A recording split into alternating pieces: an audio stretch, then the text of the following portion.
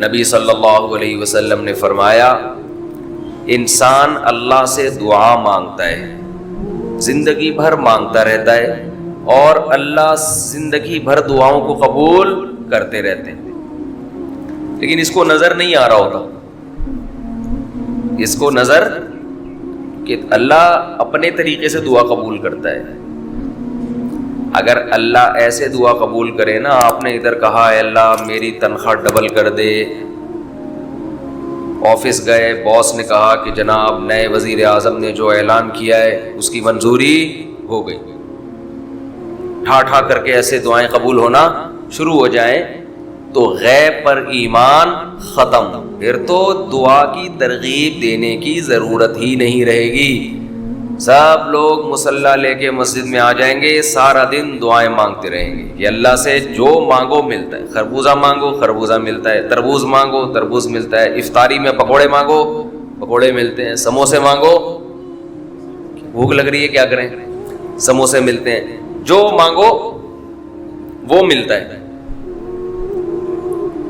دعائیں تو لازمی قبول ہوتی ہیں، لیکن انداز وہ ہوتا ہے جو اللہ کرتے ہیں۔ اللہ کہتے ہیں میں اپنے طریقے سے کروں گا۔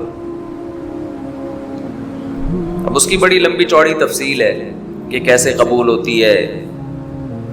بعض دفعہ جو چیز مانگ رہے ہیں اللہ وہی دے دیتا ہے آپ کو، بعض دفعہ اس کا متبادل دے دیتا ہے، آلٹرنیٹ دے دیتا ہے، بعض دفعہ نہ آلٹرنیٹ دیتا ہے نہ وہ چیز دیتا ہے، کوئی مصیبت آنے والی ہوتی ہے، اس دعا کی برکت سے اس مصیبت کو ٹال دیتا ہے۔ آپ اپنے بیٹے کے لیے بچی کے لیے دعا مانگ رہے ہیں اس کو ٹھیک کر دے، وہ ٹھیک نہیں ہوئی لیکن دوسری نے بیمار ہونا تھا، اللہ نے اس سے وبا کو ٹال دیا۔ تو جن کا غیب پر ایمان ہوتا ہے وہ تو مانگتے ہیں، اللہ سے مانگتے ہیں۔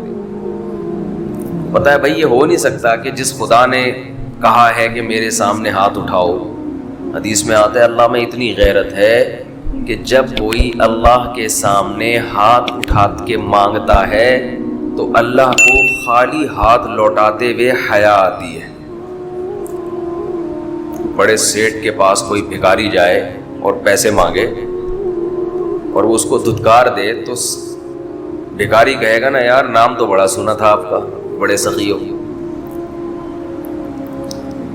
تو اللہ کو حیا آتی ہے کہ ان ہاتھوں کو خالی لوٹائے، دیتا ہے لازمی۔ تبھی ہم نے اہل اللہ کو دیکھا ہے کہ مانگتے بہت ہیں، بڑی لمبی لمبی دعائیں مانگتے ہیں۔ لوگ ان کو بے وقوف سمجھتے ہیں کہ یار یہ ہر وقت مصلی پہ دعائیں مانگتے رہتے ہیں لمبی لمبی، ملتا تو کچھ ہے نہیں۔ انہیں پتہ ہے کہ یہ بہت ملتا ہے اللہ سے مانگنے سے، لیکن اللہ کا انداز ایسا ہوتا ہے کہ صرف وہ مانگیں جن کو غیب پر یقین ہے۔ یعقوب علیہ السلام ساری زندگی مانگتے رہے اللہ تعالیٰ سے، اس مانگنے کا بدلہ کیا ملا ہے؟ دوسرا بیٹا بھی اللہ نے چھین لیا۔ عجیب بات ہے یا نہیں؟ پہلا بیٹا گم ہوا تو اللہ سے اس کے ملنے کی دعائیں مانگتے رہے۔ دعا کیا قبول ہو رہی ہے؟ قحط پڑ گیا، کھانے پینے سے بھی گئے، اس سے بڑی مشکل۔ راشن لینے کے لیے بھیجا مصر اپنے بیٹوں کو، تو دوسرا بیٹا بھی بولو گیا، وہ بھی بادشاہ نے رکھ لی۔ روتے روتے آنکھوں کی بینائی چلی گئی۔ آپ کی اولادیں آپ سے کیا کہنے لگیں؟ تاللہ تفتأ تذکر یوسف، اللہ کی قسم آپ یوسف کو ابھی تک یاد رکھا ہوا ہے۔ حتی تکون حرضا او تکون من الہالکین، آپ کی جان نہ چلی جائے۔ تو زبان سے یہ نہیں کہا کہ میں اللہ سے مانگ مانگ کے تھک گیا ہوں لیکن اللہ دینے کے لیے تیار نہیں ہے، میرا تو دوسرا بیٹا بھی گیا۔ جب دوسرا بیٹا بھی گیا ہے نا، اس وقت یہ الفاظ کہیں کہ آنکھوں کی بینائی چلی گئی۔ گھر والے کہنے لگے کیا آپ کو ابھی تک یاد ہے؟ کچھ چیزیں غیر اختیاری ہوتی ہیں، اپنے اختیار سے غم کو سوچنا یہ شریعت میں جائز نہیں ہے، لیکن کچھ چیزیں انسان کے اختیار میں نہیں ہوتی. وہ غم جو آپ کے اختیار میں نہیں ہے اس پہ آپ کو گناہ نہیں ملتا، بلکہ صبر پہ ثواب ملتا ہے. شریعت میں حکم یہ ہے کہ غم کو بھول جاؤ، اس کو ایک ہی چیز کو لے کے مت بیٹھے رہو. لیکن حضرت یعقوب علیہ السلام کو اپنے بیٹے سے اتنی محبت ظاہر ہے اس بیٹے میں بہت ساری خصوصیات تھیں. وہ جانتے تھے کہ اللہ ان کو پیغمبر بنائے گا، کہ اتنے عرصے کے بعد بھی آپ کے دل سے غم نہیں نکلا، لیکن اس غم کو لے کر زندگی گزار دی. کسی کے سامنے اللہ کی شکایت نہیں کی کہ میرے ساتھ کیا ہو رہا ہے. اور دعا قبول کیسے ہو رہی ہے کہ دوسرا بیٹا بھی گیا. بیٹوں نے آ کے بتایا کہ آپ کے بیٹے نے چوری کی تھی جس کی وجہ سے بادشاہ نے اس کو رکھ لیا. قال بل سولت لکم انفسکم امرا. باپ نے کہا تم نے جیسے پہلے ایک کہانی گڑھی تھی دوبارہ سے ایک کہانی گڑھ لی ہے. حالانکہ اس دفعہ بیٹے سچ بول رہے تھے، چوری تو نہیں کی تھی لیکن الزام لگا تھا چوری کا. تو یعقوب علیہ السلام نے دوسرے بیٹے کے جانے پہ ایک لفظ ناشکری کا زبان سے نہیں نکالا، بلکہ کیا کہا؟ انما اشکو بثی وحزنی الی اللہ وَأَعْلَمُ مِنَ اللَّهِ مَا لَا تَعْلَمُونَ. میں اپنا غم تمہارے سامنے بیان نہیں کرتا، صرف اللہ کے سامنے بیان کرتا ہوں، اور اللہ کے بارے میں وہ کچھ جانتا ہوں جو تم نہیں جانتے. کیا مطلب؟ وہ مجھے تسلی دے رہے اس میں خیر ہوگی. ہمارا کام ہے مانگنا، بھکاری ہیں یہ تو ملحد اور خدا کے منکر لوگ ہیں جو مسلمانوں کا مذاق اڑاتے ہیں کہ یہ دعائیں مانگتے ہیں اور ان کو ملتا کچھ نہیں ہے. او بھائی ہمیں اس سے غرض ہی نہیں ہے کہ رب کیسے دے رہا ہے. ہمیں اس نے پابند بنا دیا مانگو، تو ہمیں اہل اللہ کو تو مزہ اس سے آتا ہے کہ اس نے ہمیں بول دیا مانگو، وہ نہ بھی دے، مانگنا ہی ہمارے لیے سب کچھ ہے. تو میں جو بات عرض کر رہا تھا وہ یہ تھی کہ یعقوب علیہ السلام مانگتے رہے، پھر دوسرا بیٹا بھی چھن گیا. کوئی لفظ مایوسی کا زبان سے نہیں نکالا.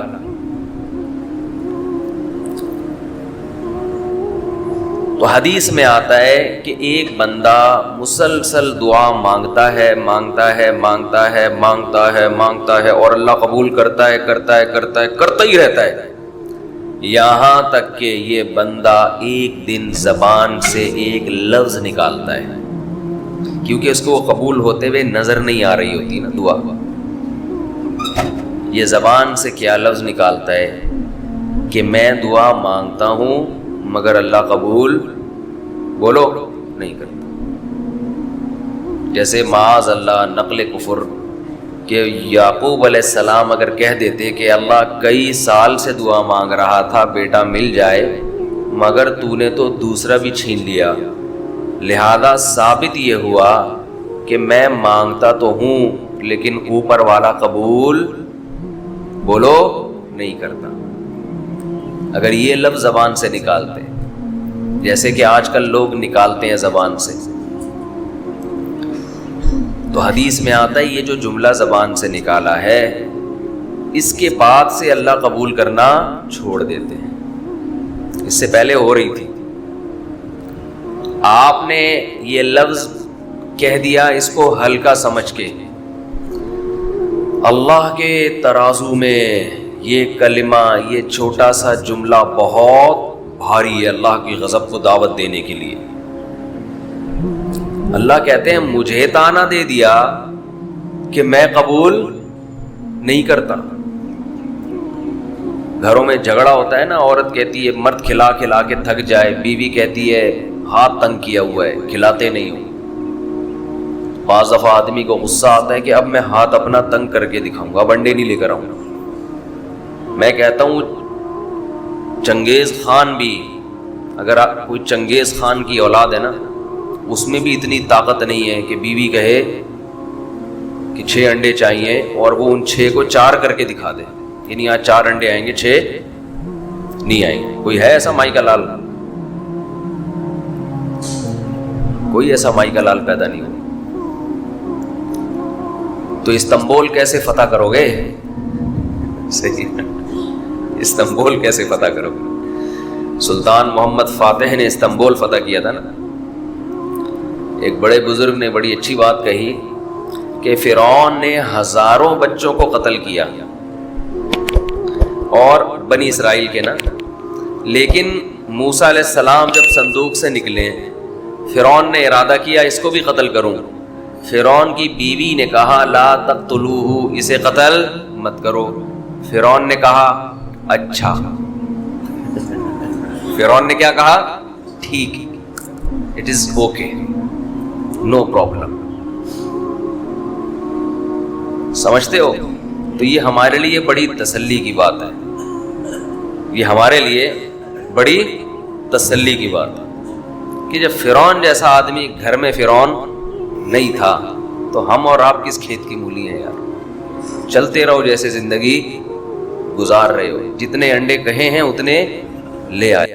تو آج انشاءاللہ اس کے بارے میں، دعا کے بارے میں کچھ بات کروں گا کہ ہم لوگ دعاؤں سے بہت زیادہ غافل ہیں۔ اللہ تعالیٰ نے قرآن مجید میں دعا کے بارے میں فرمایا ادعوا ربکم تضرعا وخفیا، اپنے رب کو پکارو عاجزی کے ساتھ اور چپکے سے۔ جیسے اللہ نے نماز کا حکم دیا، اللہ نے زکوٰۃ کا حکم دیا، بالکل اسی طرح سے اللہ نے مانگنے کا حکم بھی دیا ہے کہ ہم کس سے مانگیں؟ اللہ سے، اللہ سے مانگیں اور مانگیں، یعنی اللہ کے علاوہ کسی اور سے نہیں مانگیں، اور اللہ سے بھی باقاعدہ مانگیں، مانگنے کا عمل جاری رکھیں۔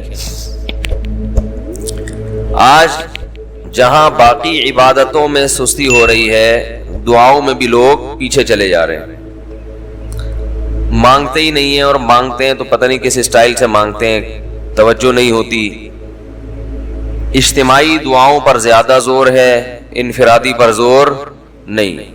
کہیں مجمع دعا مانگ رہا ہوتا تو ہاتھ اٹھا کے آمین آمین شروع کر دیں گے، بس ٹھیک ہے، وہ بھی جائز ہے، لیکن دعا میں جو اصل ہے وہ انفرادی ہے۔ دیکھیں، جب آپ کسی سے اپنی حاجت پوری کرنے کے لیے، کچھ مانگنے کے لیے جاتے ہیں تو اکثر آپ کی کوشش ہوتی ہے کہ اس سے اکیلے میں ملو۔ اکثر کوشش کیا ہوتی ہے؟ سب کے سامنے نہیں، بلکہ آپ اس کو لیں گے بھائی تھوڑی دیر کے لیے ذرا مفتی صاحب آپ سے کام، ایسا ہی ہوتا ہے نا، ذرا چھاؤں میں آ جائیں تھوڑی دیر کے لیے۔ لوگ کہتے ہیں نا مفتی صاحب کہہ رہے ہیں بھائی یہیں پوچھ لو، کہہ رہے نہیں ذرا سائڈ پہ آ جائیں۔ تو سائڈ پہ جانے کے بعد پھر آپ کہتے ہیں یہ مسئلہ ہے، فلانا مسئلہ ہے، ڈمکانا مسئلہ ہے۔ تو سائڈ پہ لے جانے سے بعض دفعہ یہ بھی ہوتا ہے کہ سب کے سامنے آدمی اپنی بات نہیں لانا چاہ رہا ہوتا، اور بعض دفعہ یہ بھی ہوتا ہے کہ میں اپنی بات توجہ کے ساتھ سنا سکوں۔ تو دعا میں انسان، اللہ تو سب کی بات سنتا ہے، مجمع میں بھی اور تنہائی میں بھی، لیکن آپ دعا مانگنے میں جو آپ کی طبیعت لگے گی، توجہ سے مانگو گے، وہ تنہائی میں زیادہ شوق سے، زیادہ رغبت سے مانگ سکتے ہو۔ اجتماع میں ایسی رغبت اور ایسی شوق سے انسان دعا نہیں مانگ سکتا۔ تو انفرادی دعائیں ہی ختم ہوتی جا رہی ہیں۔ قرآن مجید میں اللہ تعالیٰ نے رمضان کی جو آیتیں ہیں ان آیتوں کے بعد ذکر کیا وَإِذَا سَأَلَكَ عِبَادِي عَنِّي فَإِنِّي قَرِيب، اے نبی ان سے کہہ دیجئے کہ جب یہ مجھ سے میرے بارے میں پوچھیں تو آپ ان کو بتا دیں کہ میں بہت قریب ہوں تمہارے۔ اجیب دعوت الداعی اذا دعان، جب کوئی پکارنے والا، دعا مانگنے والا مجھ سے دعا مانگے گا تو میں اس کی پکار کا جواب بولے بھائی، اس پکار کا جواب دوں گا۔ پکار کا جواب دینے کا مطلب کیا ہوتا ہے؟ قبول کروں گا اس کی دعا۔ جواب کا یہ مطلب نہیں کہ اچھا میں نے سن لیا چلو، ایک جواب تو یہ بھی ہوتا ہے نا، اچھا اب چپ ہو جا. ہم کسی کو پکار رہے ہوں اگلا کہتے ہیں اچھا بھائی ٹھیک ہے پتہ چل گیا اب چپ کر کے بیٹھ جاؤ آرام سے. تو اللہ تعالیٰ جب جواب دیتے ہیں تو کیا مطلب ہوتا ہے کہ اللہ تعالیٰ وہ دعا قبول کر رہے ہیں. ہم دعا کثرت سے مانگتے کیوں نہیں ہیں؟ اس کی وجہ یہ ہے کہ ہمارے ذہن میں ایک چیز شیطان نے بٹھا دی ہے کہ مانگو تب بھی ویسے کے ویسے ہی ہے، نہیں مانگو تب بھی ویسے کے ویسے. وہ فلاں آدمی تو نہیں مانگتا، وہ تو پھر بھی اس کی تنخواہ اچھی مل رہی ہے، اور میں تو کئی سالوں سے دعائیں مانگ رہا ہوں، اے اللہ میری تنخواہ ڈبل نہیں کر سکتا تو کم از کم 50% ہی بڑھا دے. تو میں تو وہی کا وہی ہوں، میری تنخواہ میں تو کوئی اضافہ ہو نہیں رہا. تو ہم تو دیکھتے ہیں کہ ادھر دعا مانگو کچھ بھی نہیں ہو، سوائے ثواب کے کچھ بھی نہیں ملتا. یہ وہ چیز ہے جو انسان کو دعاؤں سے روکتی ہے. حالانکہ ہم پیغمبروں کی زندگی دیکھتے ہیں تو بات بات پر دعائیں مانگتے تھے، بہت کثرت سے، بہت زیادہ. نوح علیہ السلام، اچھا اللہ نے ان کی دعاؤں کو قرآن میں ذکر بھی کیا ہے. مناجات مقبولہ ایک دعاؤں کی کتاب ہے. حضرت مولانا اشرف علی تھانوی رحمہ اللہ تعالی نے قرآن اور حدیث کی دعاؤں کو ایک چھوٹی سی کتاب میں جمع کر کے ایک ہفتے پہ ڈیوائیڈ کر دیا ہے اس کو، کہ آپ روزانہ ان میں سے ایک حصہ پڑھیں گے تو پورا ہفتے میں وہ تقریباً تمام دعائیں کور ہو جائیں گی جو قرآن و سنت میں بیان کی گئی ہیں. وہ کتاب ضرور خریدیں، رکھیں اپنے پاس، مناجات مقبولہ کے نام سے. تو ہم دعا کیوں نہیں مانگتے؟ مسئلہ ہمارے ساتھ یہ ہے کہ ہم کہتے ہیں کہ جو مانگتا ہے وہ بھی وہینچ کا وہینچ، اور جو نہیں مانگتا ہے وہ بھی کوئی سرخاب کے پر تو لگ نہیں جاتے کوئی مانگ رہا ہو تو. یہ وہ مسئلہ ہے جس کی وجہ سے لوگ دعائیں مانگنے میں بخل سے کام لیتے ہیں، جبکہ پیغمبر کثرت سے دعائیں مانگا کرتے تھے، بہت زیادہ. جو پچھلی آسمانی کتابیں ہیں ان میں لکھا ہوا ہے کہ یعقوب علیہ الصلوۃ والسلام اتنی کثرت سے دعائیں مانگا کرتے تھے کہ سجدے میں جا کے کہ ان کے یہ جو گھٹنے ہیں اور سر میں سخت نشان بن چکے تھے، وہ جگہ زمین پہ لگ لگ کے سخت ہو جاتی ہے نا. تو اتنی کثرت سے دعائیں، اتنی کثرت سے دعائیں. ہم نے جن بزرگوں کے ساتھ ٹوٹا پھوٹا وقت گزارا ان کو دیکھا کہ وہ دعا بہت لمبی لمبی دعائیں مانگا کرتے تھے، بہت لمبی. ہمارے شیخ کے سامنے جب کوئی آیا کرتا تھا دعا کے لیے کہتا تو ہاتھ اٹھائے بغیر ویسے ہی اس کو ایک دعا کا جملہ کہہ دیا کرتے تھے. تو کسی نے کہا کہ آپ ہاتھ اٹھا کے اس کے لیے دعا کیوں نہیں مانگتے؟ تو فرماتے تھے کہ جب میں ایک دفعہ ہاتھ اٹھا لیتا ہوں تو پھر اتنی آرام سے نیچے گراتا نہیں، کیونکہ پھر اللہ کے دربار میں اب ہاتھ اٹھا لیے تو پھر تو ایسا ان کا دل لگتا تھا، مانگتے چلے جاتے تھے، مانگتے چلے جاتے تھے. تو بات یہ ہے کہ جب یہ یقین پیدا ہو جائے کہ جس خالق نے ہمیں پیدا کیا ہے اور جس نے ہمیں مانگنے کا حکم دیا ہے اس کے سامنے جب ہاتھ اٹھا کے گڑ گڑائیں گے تو وہ تھوڑا نہیں دے، وہ دعا لازمی قبول کرے گا، اور وہ لازمی ہماری مانگی ہوئی چیزیں ہمیں عطا کرے گا. یہ جذبہ اور یہ نیت جب انسان میں پیدا ہو جائے تو پھر اس کا دعاؤں میں دل لگتا ہے. کیسے نہیں لگے گا؟ آپ سوچیں کہ آپ کو کوئی بتا دے کہ یہ جو سیٹھ صاحب ہیں بہت بڑے، آپ جا کے ان سے مانگو، یہ ٹائم نکال کے بیٹھے ہوئے، جتنا مانگو گے، جو مانگو گے یہ دیں گے. تو اب آپ بتاؤ، آپ یہ کہو گے کہ میرے پاس مانگنے کا ٹائم نہیں ہے؟ ایسے موقع پہ آپ یہ کہو گے؟ آپ جائیں گے اور بسم اللہ کر کے شروع ہو جائیں گے. آپ بولیں گے سر یہ مجھے 10 فائلیں چاہیے بحریہ ٹاؤن کی. آپ سوچو گے 10 نہیں ملی تو 9 تو مل جائیں گے. سر مجھے یہ بھی چاہیے، مجھے یہ بھی چاہیے، مجھے یہ بھی چاہیے، اور آپ کو یقین ہو کہ یہ دے رہا ہے، تو آپ کبھی بھی کنجوسی سے کام نہیں لو. پھر آپ یہ نہیں کرو گے کہ آپ مانگتے ہوئے جو ہے نا اس سے، آپ جب مانگ رہے ہو تو آپ کی کبھی ادھر دیکھ رہے ہو، کبھی ادھر دیکھ رہے ہو، کبھی ناک میں انگلی گھما رہے ہو، کبھی سر میں کھجا رہے ہو. کوئی آ کے اس دوران آپ کو چھیڑے گا تو آپ کہو گے یہاں سے دفع ہو جاؤ. میں کام کر رہا ہوں، ایک بندہ سخاوت جوش میں آیا ہوا ہے ابھی اور فائلیں بحریہ ٹاؤن کی فری میں بانٹ رہا ہے. اس نے کہا بھائی جتنی مانگو گے دے دوں گا، اور جو مانگو گے دے دوں گا. تو ابھی تو میرے پاس ٹائم کم ہے، مقابلہ بہت سخت ہے. اور پھر اس میں آپ کو الفاظ بھی خود بخود آ جائیں گے، کس طرح سے سمجھانا ہے. مختلف طریقوں سے آپ بات کو گھماؤ گے. سر پلیز آپ بات کو سمجھا کریں میں آپ کے پاس آیا ہوں, آپ کو پتا ہے میں ادھر بھی جا سکتا تھا, وہ وسیم کباڑیا کا بزنس بھی آج کل بہت چل رہا ہے, میرے پرانے اچھے تعلقات ہیں, لیکن مجھے پتا تھا کہ آپ تو آپ ہیں, آپ جیسا سیٹ تو کوئی ہے ہی نہیں, اور ہر مشکل میں آپ نے میری مدد کی ہے. جو الفاظ بھی اس کی سخاوت کو ابھارنے والے ہوں گے وہ تمام آپ اس موقع پر اس کے اوپر انڈیل دو گے, پورا دیگچا بھر کے اس کے اوپر ڈال دو گے آپ. تو اللہ سے جب مانگتا ہے انسان اور اس کو یقین ہو کہ اللہ میری دعا کو پورا کرے گا, تو اس یقین کے ساتھ جب دعا مانگی جاتی ہے تو اس کا اسٹائل کچھ اور ہوتا ہے, اور ایک فارمیلٹی پوری کرنے کے لیے دعا جب مانگی جاتی ہے جیسے کہ ہمارے ہاں ہو رہا ہے تو اس کا اسٹائل اور انداز کچھ اور ہوتا ہے. ہمارے ہاں دعا پڑھی جاتی ہے, مانگی نہیں جاتی. ربنا آتنا فی الدنیا حسنۃ وفی الآخرۃ حسنۃ وقنا عذاب النار, آمین. اور کہ ربنا ظلمنا انفسنا وان لم تغفر لنا وترحمنا لنکونن من الخاسرین, آمین. یہ دعا مانگی جا رہی ہے یا پڑھی جا رہی ہے؟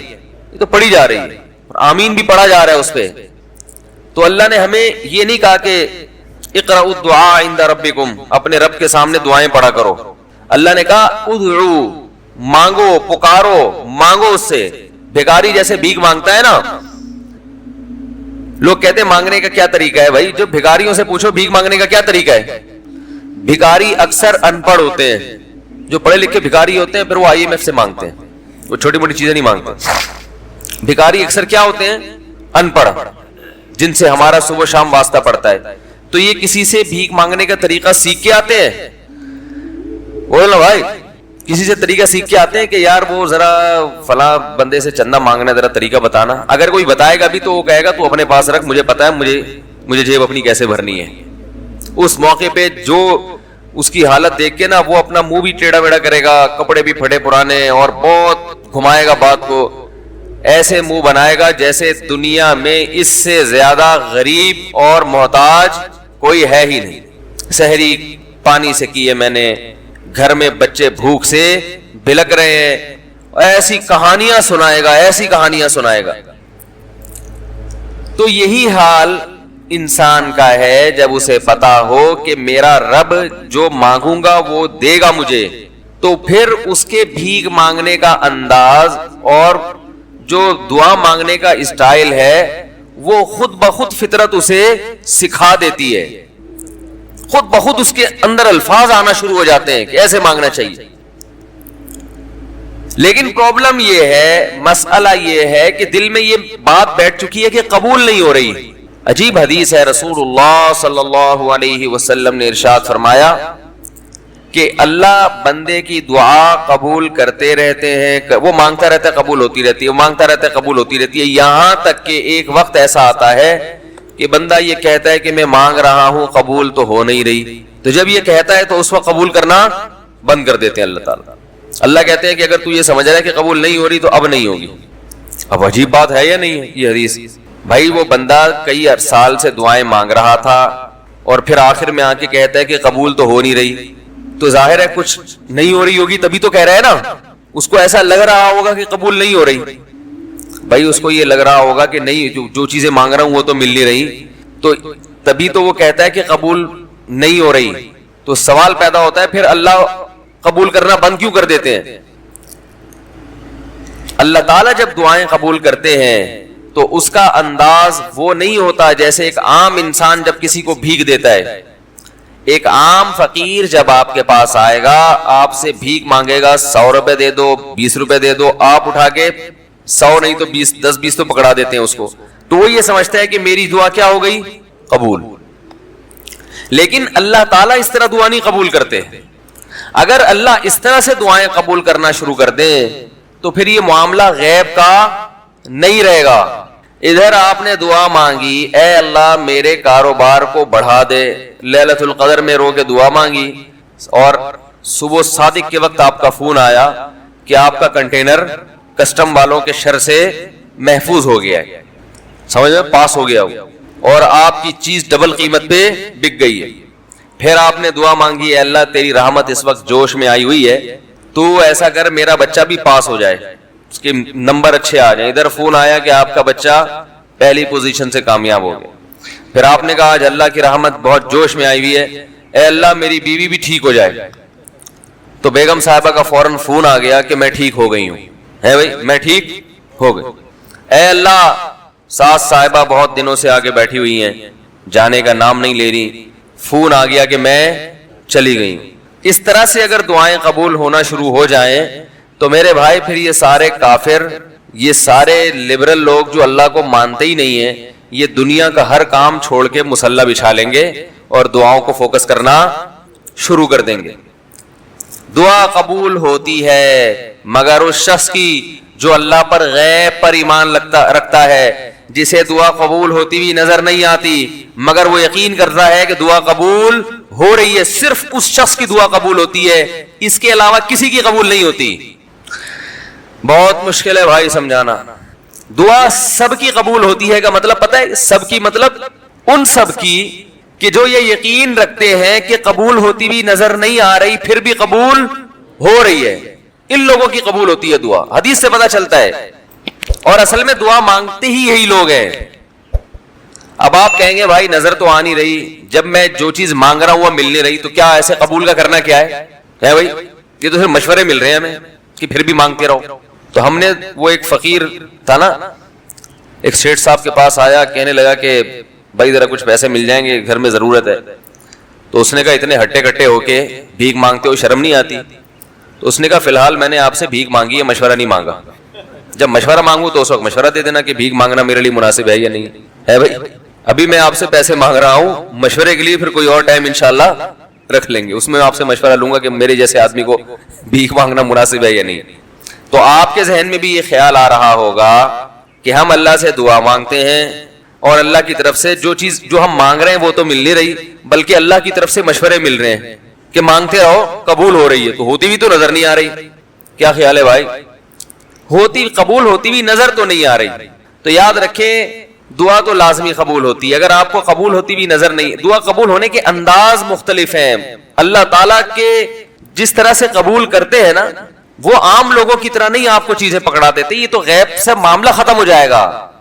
اللہ کی حکمت کا تقاضا یہ ہے کہ اس طرح سے قبول کروں کہ قبول ہو مگر اس کو پتا نہ چلے, کیونکہ وہ اللہ کا دربار ہے, اس کی کچھ قیمت ہے کہ وہ ہر ایک کو مانگنے کی توفیق نہیں دیتا. بھائی آپ نے کبھی دیکھا کہ کوئی سیٹ ایسی دکان کھول کے بیٹھ جائے کہ آؤ جو مانگو میں دوں گا؟ ایسے تو کیا ہوگا کہ پورا نظام خراب ہو جائے گا نا. پھر آپ 10 فائلیں تھوڑی مانگیں گے, پھر تو آپ کہیں گے پورا بحری اٹاؤن میرے حوالے کر دو, پھر تو آپ یہ کریں گے نا.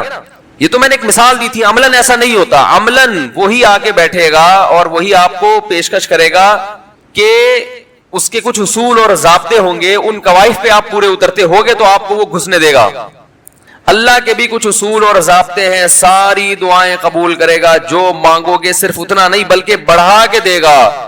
لیکن اصول یہ ہے کہ اللہ کہتے ہیں کہ جب میں دوں گا تو نظر نہیں آئے گا مگر یقین رکھنا ہے کہ کیا کر رہا ہوں, میں دے رہا ہوں, پھر دیتا رہوں گا میں.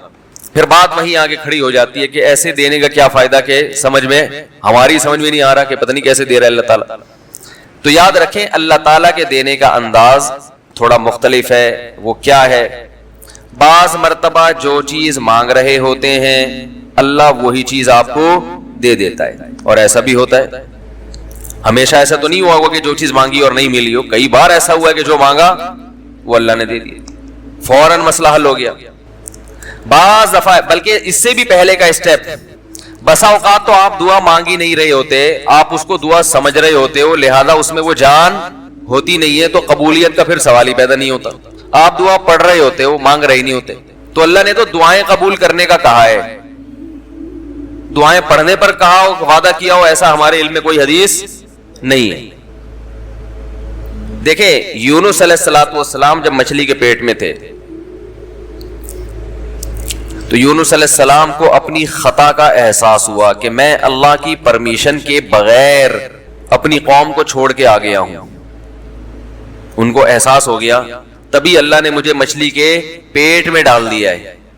تو اب آپ نے مچھلی کے پیٹ میں جا کے یہ دعا مانگی, لا الہ الا انت سبحانک انی کنت من الظالمین.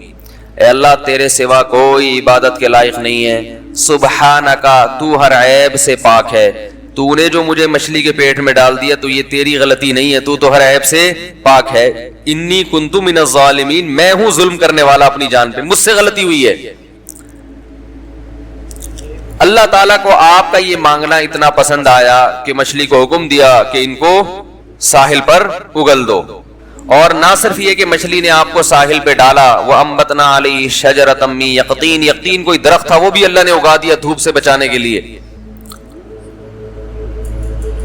لیکن جب مصیبتوں میں ہم یہ کلمہ پڑھتے ہیں لا الہ الا انت سبحانک انی کنت من الظالمین, تو ہم یوسف علیہ السلام والے جذبے سے یہ کلمے میں جو الفاظ ہیں وہ مانگتے نہیں ہیں, بلکہ ہم یہ کلمہ پڑھتے ہیں. سمجھ رہے ہیں, پڑھنے کی بھی برکتیں ہوتی ہیں, میں اس کا منکر نہیں ہوں, لیکن ہمارے جو ورڈنگ ہوتی ہے نا وہ مانگنے کا اسٹائل نہیں ہوتا. ہم چھوٹے بچے تھے تو مسجد میں آیت کریمہ کا ورد ہوا کرتا تھا کہ بھائی حالات خراب ہیں آج کل, امام صاحب اسپیکر پہ اعلان کر کے بلاتے تھے آ جاؤ بھائی آیت کریمہ کا ورد ہوگا لا الہ الا انت سبحانک انی کنت من الظالمین, 5 لاکھ دفعہ پڑھا جائے گا. تو ہم مسجد میں آتے, وہ مسجد میں دانے ہم تو آتے تھے, اس کے بعد جلیبیاں بھی ملتی تھیں, بڑی گرم گرم ٹائٹ جلیبیاں ہوتی تھی, اب تک وہ مزہ نہیں آیا جلیبی میں. تو وہ جلیبیاں بھی ہوتی تھی, اوپر دانے رکھے ہوئے ہوتے تھے, وہ 5 لاکھ دانے ہوتے تھے, ختم کرنے ہوتے تھے. تو پھر ہم کیا کریں لا الہ الا انت سبحانک انی کنت من الظالمین, لا الہ الا انت سبحانک. اس میں فراڈ نہیں کرتے تھے, پڑھتے پورا تھا الحمدللہ. بعض لوگ تو کیا کرتے تھے, ایک مٹھی لی لا الہ الا انت سبحانک انی کنت من الظالمین, پھونک مارا اور سائڈ پہ رکھ دیا. وہی ڈرامے بھی ہوتے تھے, لیکن ہم پورا ہی پڑھتے تھے. لیکن اس میں مانگنے کا انداز تو نہیں ہوتا تھا لا الہ الا انت سبحانک انی. پھر اس میں بچے تھے, شرارت بھی شروع ہو جاتی تھی. پھر دیکھ رہے ہیں کوئی ادھر دیکھ رہا ہے تو ایک دانہ اٹھایا لا الہ الا انت سبحانک انی کنت من الظالمین, یوں کر کے اس کی ناک پہ مارا ہے. کوئی ادھر دیکھ رہا ہے تو اس کی جیب میں ڈال دیا. تو یہ دعا مانگی جا رہی ہے, یہ تو پڑھی جا رہی ہے, ایک فارمیلٹی ہے کہ 5 لاکھ پورے کرنے ہیں, اس کے بعد جلیبی کھانا ہے اور نکلنا ہے. تو آج بھی ایسا ہی ہو رہا ہے. امام صاحب دعا مانگتے ہیں, لوگ کہتے ہیں یار چلو جب نماز پڑھ لی, 4 رکعتیں پڑھ لی, سلام بھی پھیر لیا, تو اس میں کیا جا رہا ہے, یہ بھی پورا ہی کر لو. ایسا ہی ہوتا ہے نا, یہ بھی پورا ہی کر لو, آمین آمین کہہ لیں گے. امام صاحب ڈرائیور ہیں, ہم پیچھے مقتدی ہیں, تو جہاں اتاریں گے وہیں اتریں گے ہم لوگ, پہلے تو نہیں اتر سکتے. تو یہ ایک لوگوں کے ذہن میں تصور ہے. نبی صلی اللہ علیہ وسلم نے فرمایا اللہ ظاہر قلب کے ساتھ دعا کی طرف توجہ نہیں دیتے. ظاہر قلب کا مطلب آپ کا دل حاضر نہیں ہو, کچھ اور سوچ رہے ہو, اور ادھر سے آپ نے ویسے ہی ایک فارمیلٹی پوری کرنے کے لیے. اللہ کہتے ہیں کہ جب تو مانگنے میں مخلص نہیں ہے تو میں تجھے کیوں دوں, تو مانگنے میں ہی مخلص نہیں ہے. تو بعض دفعہ بلکہ اکثر ایسا ہوتا ہے کہ ہماری دعا میں جان ہی نہیں ہوتی. آدم علیہ السلام کو جب جنت سے نکالا گیا تو پریشان تھے, بے چین تھے, مضطرب سے, میں کیا کروں کہ اللہ مجھ سے خوش ہو جائے. اس بے چینی میں الفاظ نہیں آ رہے سمجھ میں. فَتَلَقَّى آدَمُ مِن رَبِّهِ كَلِمَاتٍ, اللہ فرماتے ہیں اللہ نے آدم کے دل میں کلمات ڈال دیے ان کی بے چینی کو دیکھ کر کے, اس طرح سے مجھے مانگو.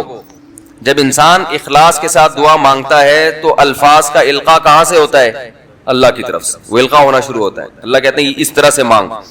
حضرت حکیم اختر صاحب رحمہ اللہ تعالیٰ نے ایک واقعہ بیان کیا, فرمایا کہ ایک شخص نے حرم میں, انہوں نے دیکھا یا کسی اور بزرگ نے دیکھا کہ حرم میں ایک شخص اللہ سے دعا مانگ رہا ہے گناہوں کی معافی کے لیے, اور اللہ سے کہہ رہا ہے کہ اے اللہ اگر تو میرے گناہ معاف کر دے گا تو بھی خوش ہوگا, اور تیرے حبیب محمد صلی اللہ علیہ وسلم بھی خوش ہوں گے کہ ایک آدمی کی بخشش ہو رہی ہے, اور تیرا یہ بندہ بھی خوش ہو جائے گا. اور اگر معاف نہیں کرے گا تو بھی خوش نہیں ہوگا, کیونکہ اللہ کو جہنم میں ڈال کے وہ خوشی تو ہوتی نہیں ہے بندوں کو, اور تیرے حبیب محمد صلی اللہ علیہ وسلم کو پتا چلے گا وہ بھی خوش نہیں ہوں گے, اور میں بھی خوش نہیں ہوں گا. شیطان خوش ہوگا جو تیرا دشمن ہے. اب خود سوچ لے, تو اپنے دشمنوں کو خوش کرنا چاہتا ہے یا اتنے سارے ہیں, وہی اتنے سارے دوست ہیں تیرے, ان کو ناراض کر کے تو خوش کس کو کر رہا ہے, اپنے. تو جو تیرا بھی دشمن ہے, میرا بھی دشمن, اور تیرے حبیب محمد صلی اللہ علیہ وسلم کا بھی دشمن ہے. تو دیکھو کیسے الفاظ ہیں اس کے. تو ایسا کہ بظاہر بخشش کے علاوہ کا آپشن چھوڑا ہی نہیں. کیا خیال ہے. حجاج ابن یوسف بڑا ظالم تھا, بڑا ظالم.